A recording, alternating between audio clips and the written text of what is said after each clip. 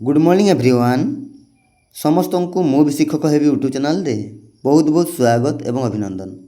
आशा करुच्ची आपण मैंने समस्ते भलरे अच्छी। तो आज रही आपण सोशल स्टडीज रु बछा बछा इंपोर्टेंट प्रश्न सबू जहाँकि आपणकर ओटीटी एग्जाम बहुत ही हेल्पफुल रहिबो। तो लर्नर्स जो मैंने चैनल रे प्रथम थर विजिट करछंती से माने चैनल टी को सब्सक्राइब करके बेल आइकन को प्रेस कर देबे, जहाँ फल आग को आसुथिबा प्रत्येक वीडियो नोटिफिकेशन सर्वप्रथमे आपण पाखु पहुँचो। आपण मैंने प्रत्येक प्रश्नर आंसर कौन चूज कर कमेंट लिखिदेवे और शेष में आपणकर आउट ऑफ 10 केते मार्क रखुंती ताहा मध्य कमेंट सेक्शन लिखि जणाइबे। ठीक अच्छी, तो चलतु आउ डेरी न करिकी क्लास टी आरंभ करिबा। देखंतु प्रथम प्रश्न, निम्नोक्त केउटी एक प्राथमिक कार्यकलाप? निम्नलिखित मध्यरु केउटी एक प्राथमिक कार्यकलाप?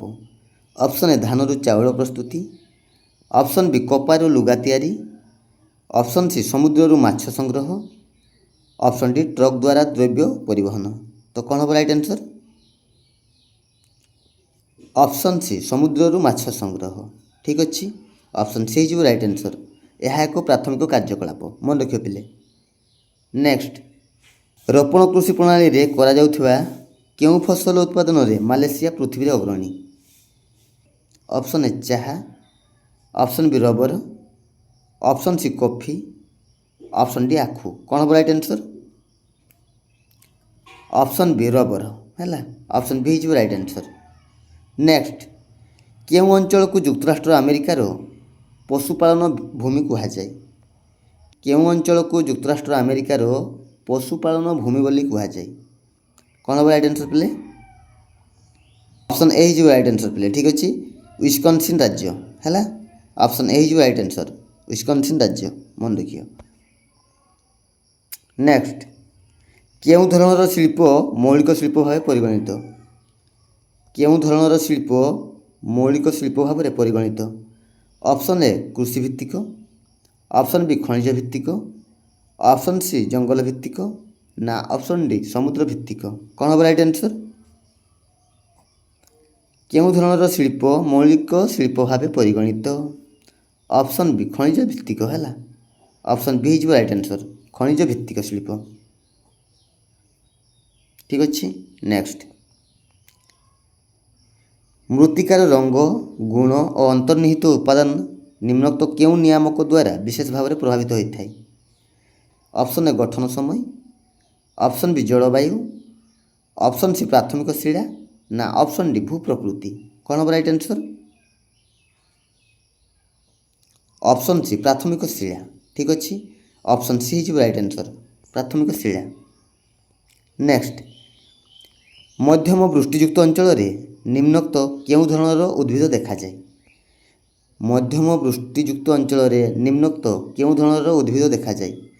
ऑप्शन ए घंच अरण्य, ऑप्शन बी तृणभूमि, ऑप्शन सी कंटावन, ऑप्शन डी तुंद्रा जातीय? कौन हम राइट आंसर? मध्यम वृष्टियुक्त अंचल निम्नोक्त केउ धरणर उद्भिद देखा जाए? ऑप्शन बी तृणभूमि उद्भिद है। ऑप्शन बी हो राइट आंसर, तृणभूमि।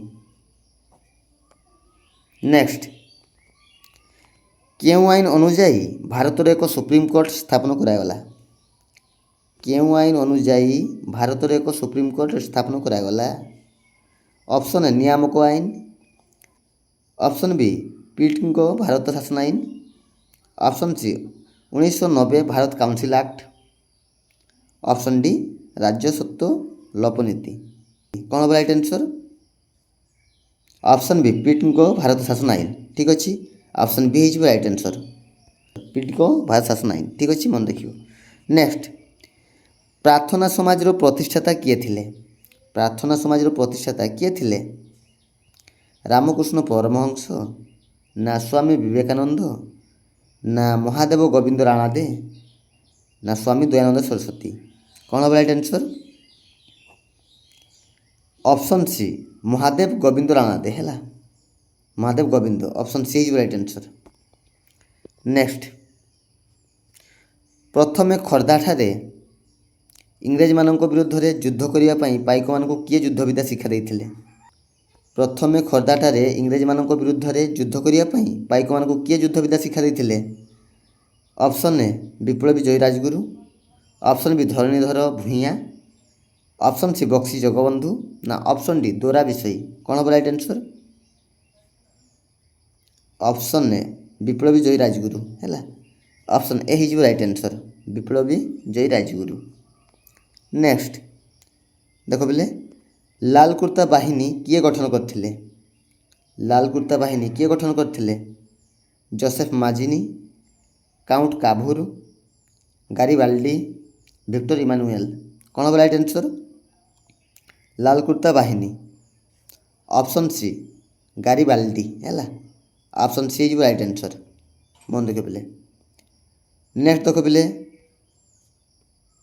ନେକ୍ସଟ ଦେଖ ପିଲେ ଆପଣଙ୍କ ପାଇଁ ହେଲା କମେଣ୍ଟ ୱାର୍କ। ଠିକ୍ ଅଛି, କମେଣ୍ଟ ୱାର୍କ ରହୁଛି। ଆଉ ପ୍ରଶ୍ନଟି ରହିଛି, ଆଇନର ତାତ୍ପର୍ଯ୍ୟର ରଚୟିତା କିଏ? ଆଇନ ତାତ୍ପର୍ଯ୍ୟର ରଚୟିତା। ତ ଏ ପ୍ରଶ୍ନର ସଠିକ୍ ଆନ୍ସର୍ କ'ଣ ହେବ ତାହା ଆପଣମାନେ କମେଣ୍ଟ ସେକ୍ସନରେ ଲେଖି ନିଶ୍ଚିତ ରୂପେ ଜଣାଇବେ। ଆଉ ଆପଣଙ୍କର ଆଉଟ୍ ଅଫ୍ 10 କେତେ ମାର୍କ ରଖିଛନ୍ତି ତାହା ମଧ୍ୟ କମେଣ୍ଟ ସେକ୍ସନରେ ଲେଖି ଜଣାଇବେ। ଠିକ୍ ଅଛି, ଯଦି ଭିଡ଼ିଓଟି ଭଲ ଲାଗିଥାଏ ତେବେ ଲାଇକ୍ କରିବାକୁ ଭୁଲିବେନି, ଲାଇକ୍ କରିଦେବେ ଏବଂ ନିଜର ସାଙ୍ଗସାଥିମାନଙ୍କୁ ସେୟାର ମଧ୍ୟ କରିଦେବେ। ତ ଆଉ ଗୋଟେ ନୂଆ ଭିଡ଼ିଓ ଦେଖା ହେବ, ସେ ପର୍ଯ୍ୟନ୍ତ ରହୁଛି। ଧନ୍ୟବାଦ, ଜୟ ଜଗନ୍ନାଥ।